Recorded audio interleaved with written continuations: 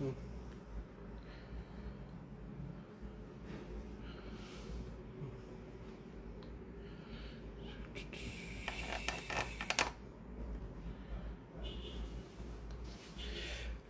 dia, estamos aqui para mais uma live. Hoje a gente está ao vivo para o YouTube e para o Instagram. Sejam muito bem-vindos, muito bem-vindas. Espero que vocês estejam bem. E vamos lá, né, para mais uma live. Hoje o cabelo tá bem rebelde. Temos que cortar esse cabelo de novo. Tá um calorão aqui em São Paulo, abafado. Não sei como que tá aí para vocês. Bom dia, dona Elis Semijoias, bom dia pessoal. Então vou aqui acompanhar pelo YouTube e também pelo Instagram. Então você pode fazer sua pergunta tanto pelo YouTube quanto pelo Instagram, que a gente vai respondendo aqui na nossa live de hoje. Espero que vocês estejam bem. Vamos lá, né? Mais uma sexta-feira, dia maravilhoso. E vamos já para a primeira pergunta. Bom dia, dona Rosane. Gostaria de saber sobre a reposição hormonal. O que o senhor acha? Então, Elisa, eu acho que reposição hormonal, quando bem indicada aí, quando feita por um bom profissional, pode ser muito interessante para a mulher, mas tem que ter muito cuidado. Hoje em dia tem se criado aí uma ideia de reposição hormonal voltada para beleza, chip da beleza, com implante hormonal. E tem que ter um certo cuidado, porque quando você tem uma reposição hormonal desequilibrada, o que vai acontecer é que você vai acabar apresentando muito prejuízo. Então, acho que você tem que procurar um ótimo profissional, ver se vale a pena ou não pro seu caso específico, se vale a pena ou não fazer. E, obviamente, não existe nenhum tratamento que é para todo mundo, então a gente precisa ver se tem indicação no seu caso e qual vai ser o custo-benefício, tá? Acho interessante também, principalmente para mulheres que estão com perda de massa muscular, que estão com muita insônia, muita dificuldade para dormir, com muitos sintomas ali da menopausa. Acho que mulheres que estão com osteopenia também vale a pena você fazer a reposição hormonal, que vai ajudar a equilibrar o organismo dessas pessoas. Mas não é algo para todo mundo, não. Bom dia, dona Eliana. Bom dia, dona Cleide. Espero que vocês estejam bem. Se tiverem alguma dúvida aqui, é só perguntar que a gente vai respondendo. Aqui no YouTube ainda não temos nenhuma pergunta. Estou aqui agora com a transmissão ao vivo do YouTube. Consegui fazer aqui um ajuste aqui para a gente poder fazer simultaneamente nas duas plataformas ao mesmo tempo. Bom dia, dona Cláudia Mundim. E aí, pessoal, vocês têm alguma dúvida sobre algum outro tema, alguma outra questão que seja interessante para vocês? Perguntar sobre alguma vitamina, sobre alguma doença específica, sobre algum sintoma. A gente tem que aproveitar bem nosso tempo aqui. A gente está aqui até umas 8 e pouquinho da manhã. E aí vamos falar aí sobre algum tema que seja interessante para vocês. Ó, Eliana Laura, aqui na Praia Grande foi 35 graus, muito quente. Em São Paulo também está muito abafado, muito quente. Vamos ver a pergunta da dona Suene. Bom dia, doutor. Qual a sua indicação de metilcobalamina e a dosagem? Então, Suene, a metilcobalamina, que é a vitamina B12 na sua forma ativa, é uma vitamina muito importante para uma via chamada via da metilação. Essa via da metilação é uma via em que ocorre a transformação da homocisteína, que é um aminoácido que o nosso corpo produz, em um outro aminoácido chamado metionina. E essa metionina ela passa por uma outra transformação, se transformando em S-adenosilmetionina. Essa bioquímica toda é para você entender que essa S-adenosilmetionina, que a gente chama de SAMe, que é a substância formada pela via da metilação, ela é fundamental para as reações de um átomo de carbono do corpo, que a gente chama de reações de metilação. Essas reações químicas são fundamentais, porque elas ajudam a controlar os genes com defeito que a gente traz nos nossos pais, elas ajudam também a produzir os neurotransmissores, então serotonina, dopamina, dependem muito dessa via da metilação funcionando bem. E essa via da metilação principal, que tem algumas vias alternativas, ela é feita principalmente com o auxílio da vitamina B12, da vitamina B9 e B12 principalmente. Entra também a B6 ali nesse processo, mas B6, B9 e B12 são fundamentais aí para essa via da metilação funcionar bem. O que acontece quando ela não funciona bem? Você vai ter um déficit na produção desses neurotransmissores. Os neurotransmissores são substâncias químicas que os neurônios usam para poder se comunicar uns com os outros. Então você vai começar a ter problemas, sejam eles físicos ou emocionais, relacionados aí à falta dessa vitamina B12. A falta de B12 também vai impactar na produção de sangue, levando a um quadro de anemia que a gente chama de anemia macrocítica. Falta de B12 vai levar a neuropatia periférica, levando ali a um quadro muitas vezes de formigamento, perda de força, mas principalmente alteração sensitiva relacionada à falta de vitamina B12. E o mais grave que tem sido observado ultimamente, principalmente idosos, evolução com quadro de demência por falta de vitamina B12. Se for uma falta de B12 persistente, essa demência pode se tornar definitiva, permanente, ou seja, a pessoa ela pode ficar com perda de memória, dificuldade para poder conseguir raciocinar, ela vai perder muito ali da capacidade cognitiva dela, tá? Então, B12 é fundamental. Nesse sentido, a reposição de B12 com metilcobalamina é uma das melhores opções que a gente tem no mercado. Pode ser feita via oral, pode ser feita sublingual, pode ser feita injetável. Se for um caso muito grave, com uma B12 muito baixa, uma pessoa com quadro de demência, injetável vai fazer uma reposição muito mais rápida.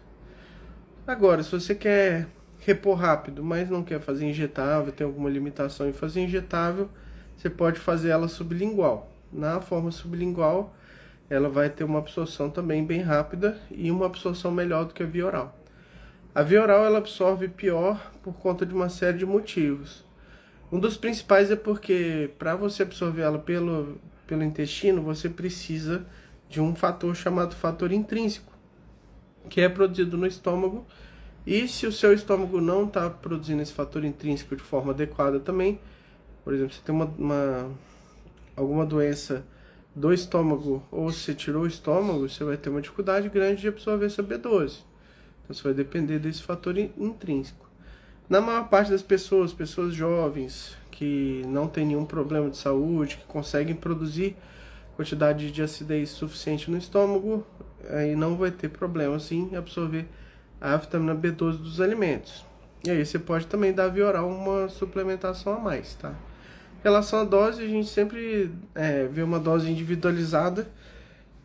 Eu começo geralmente com 5 microgramas 3 vezes ao dia via oral, para reposição em pessoas que eu acompanho.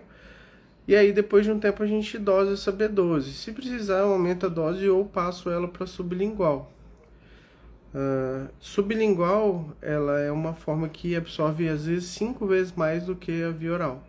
Via oral chega a absorver menos de 5% da vitamina B12 que tem ali na composição. Então você compra lá 1000 miligramas de B12 via oral. Dessas 1000 miligramas, o seu corpo vai absorver no máximo 50 microgramas. E aí, a partir dessas 50 microgramas, ele vai conseguir ali suprir a necessidade. Então, mais ou menos essa é a ideia. Então, vitamina B12 fundamental.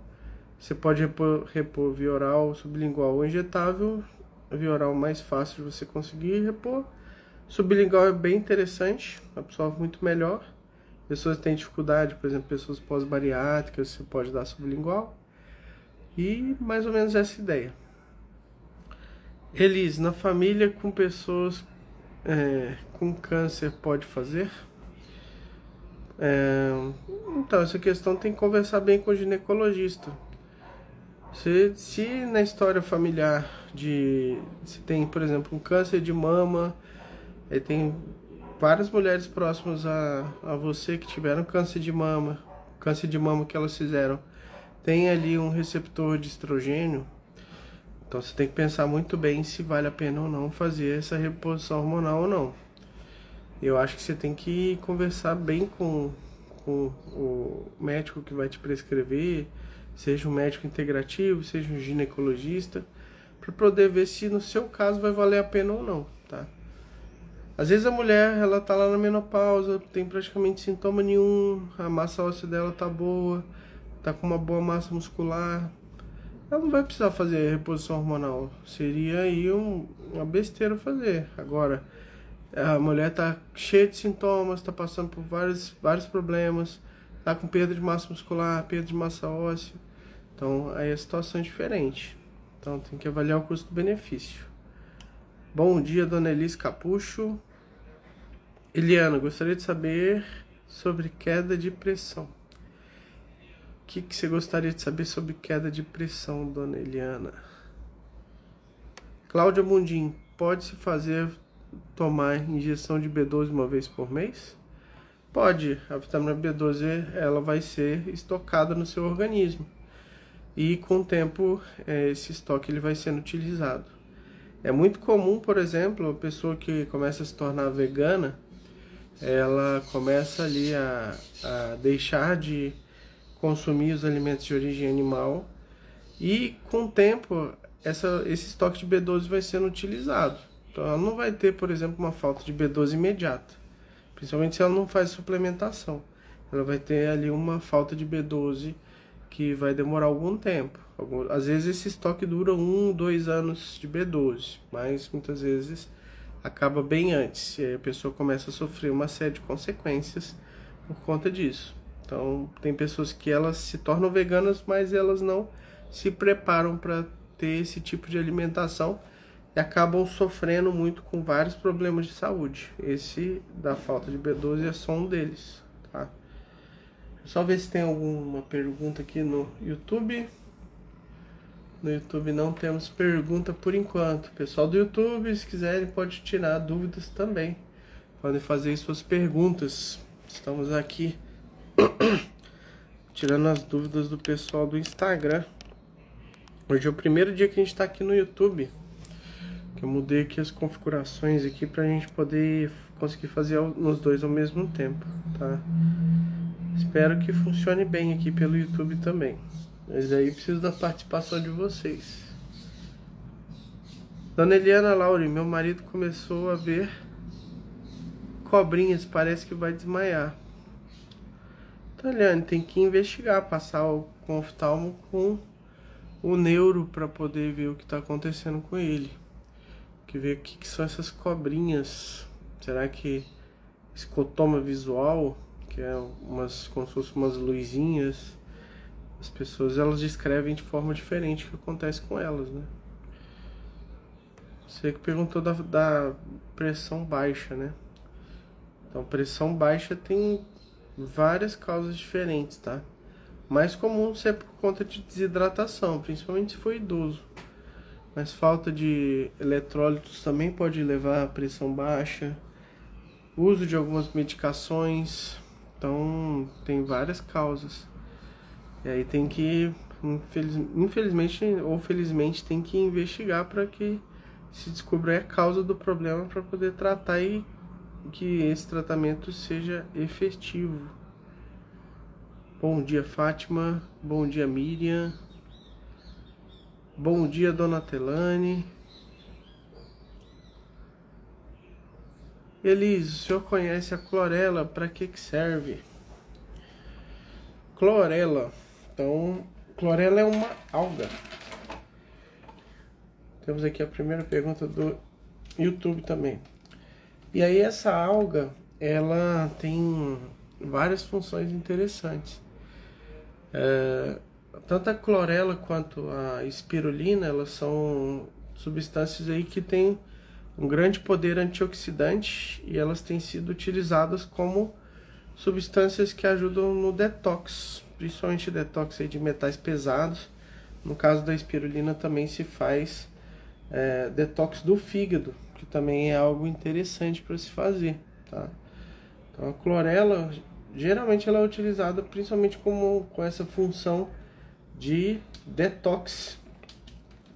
E essa função de detox ela é bem interessante, principalmente para eliminação de metais pesados, tá bom?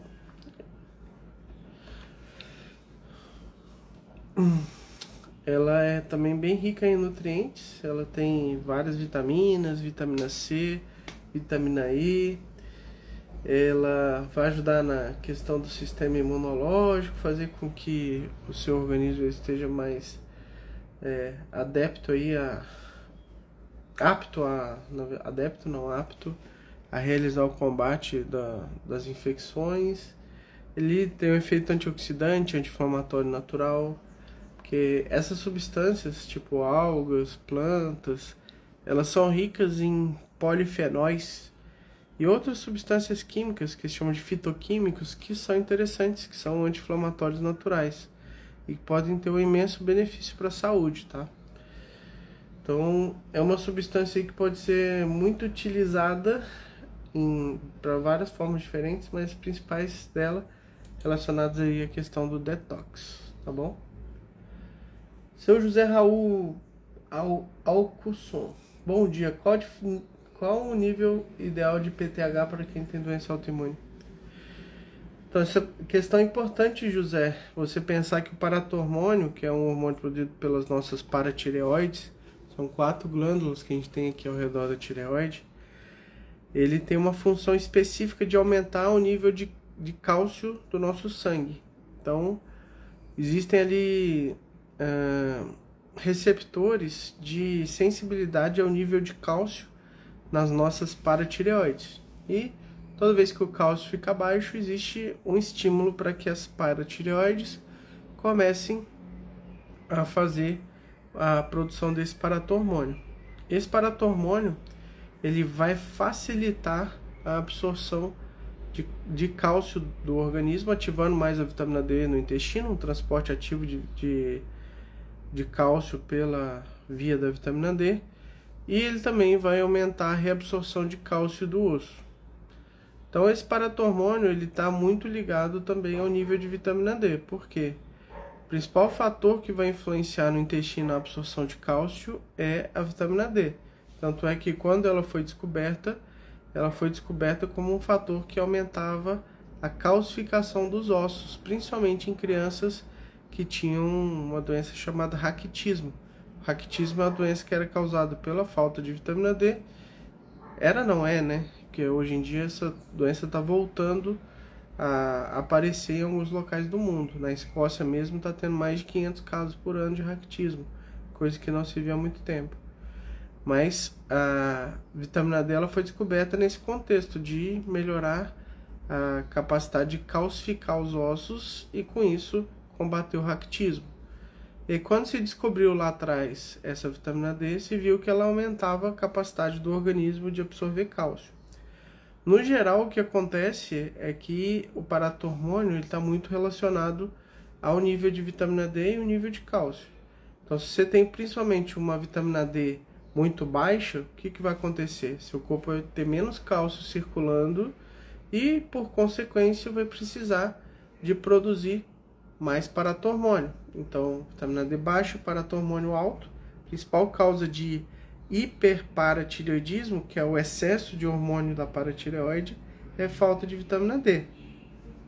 Acontece principalmente em indivíduos mais idosos, obesos, com a pele mais negra, justamente as pessoas que têm uma dificuldade de conseguir manter níveis adequados de vitamina D. No caso, quando você consegue dar um nível de vitamina D suficiente para que a pessoa consiga manter a homeostase do cálcio, o que vai acontecer é que seu organismo precisa produzir menos paratormônio. Então, no caso das doenças autoimunes, o desejável é que você esteja com o nível de vitamina D suficiente para manter o paratormônio próximo do limite inferior da normalidade. Geralmente, o valor do paratormônio ele é numa faixa entre 18 e 88. Então, se está próximo a 88, o seu paratormônio está tirando mais cálcio do osso. Se ele está mais próximo a 18, ele está tirando menos cálcio do osso. Então a gente tem que pensar nessa questão também da proteção óssea. Então o ideal é você tentar manter um nível de vitamina D que consiga manter esse paratormônio próximo ao limite inferior da normalidade. Nas pessoas com doença autoimune em especial, esse nível de vitamina D precisa ser mais alto. Por quê? Porque as pessoas com doença autoimune têm uma resistência à vitamina D que acontece por uma série de motivos. O principal deles é por uma questão genética. Quem tem doença autoimune tem várias alterações metabólicas relacionadas à ativação da vitamina D, que vai fazer com que essas pessoas tenham ali uma dificuldade de utilizar a vitamina D para regular a imunidade, para controlar a inflamação, para exercer as mais de 100 funções que a vitamina D tem no organismo, tá bom? Então, essa questão é muito importante, seu José Raul, de você manter um nível de vitamina D que faça com que o paratormônio fique baixo. Dessa forma, não é que não vai existir a mesma dose de vitamina D para todo mundo que tem doença autoimune. Essa dose ela vai precisar ser ajustada ao longo do tempo, de acordo com a resposta do organismo da pessoa à vitamina D. Tem pessoas que respondem melhor à vitamina D, precisam de doses menores de vitamina D. Tem pessoas que respondem de forma pior, precisam de doses maiores. Por exemplo, uma pessoa que fez cirurgia bariátrica. Em geral, quando a gente vai fazer tratamento com doses altas de vitamina D para uma doença autoimune, no caso dessa pessoa que já tem uma bariátrica, a capacidade de absorção dela de vitamina D é muito mais baixa. Isso já vai causar ali uma dificuldade maior do organismo metabolizar essa vitamina D. Vai fazer com que precise de doses maiores de vitamina D. Pessoa que está com obesidade vai precisar de doses maiores de vitamina D para poder manter o paratormônio mais baixo. E aí por aí vai. Então esse ajuste aí ele tem que ser feito de forma individualizada. Até na mesma pessoa existe uma variação do paratormônio relacionada ao nível de estresse. A gente percebe que pessoas com nível de estresse emocional mais alto passam por mais dificuldade, que se mantêm sobrecarregadas, que se mantêm numa vida insana, uma correria o tempo todo. Essas pessoas também vão ter um paratormônio mais alto. Então tem vários fatores aí que a gente precisa de avaliar, tá?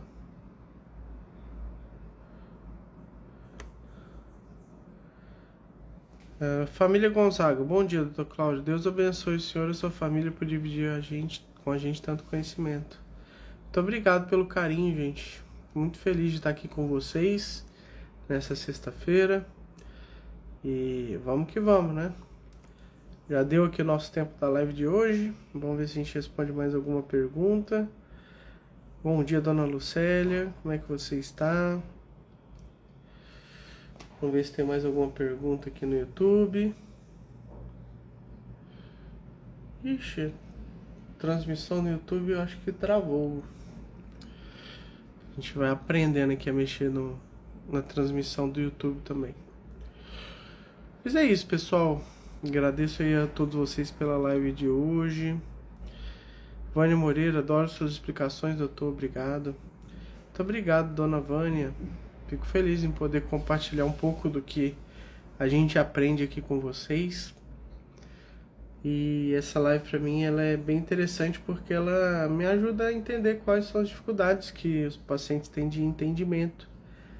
Às vezes a gente sabe determinado assunto, mas às vezes a gente não sabe como explicar de uma forma simples. Então uma forma de conseguir entender quais as dificuldades de vocês é fazer essa live. Isso me ajuda bastante até a me comunicar melhor com meus pacientes. Faz com que eu consiga dar um atendimento melhor para meus pacientes também. Então, agradeço aí também a participação de todos vocês, que senão ia ficar aqui num eterno monólogo só falando sobre determinados temas aí, tá bom? Espero que vocês tenham gostado da live de hoje.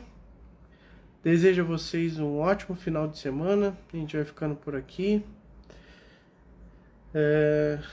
E é isso, pessoal. Segunda-feira estamos de volta com a live aqui no Instagram, aqui no YouTube.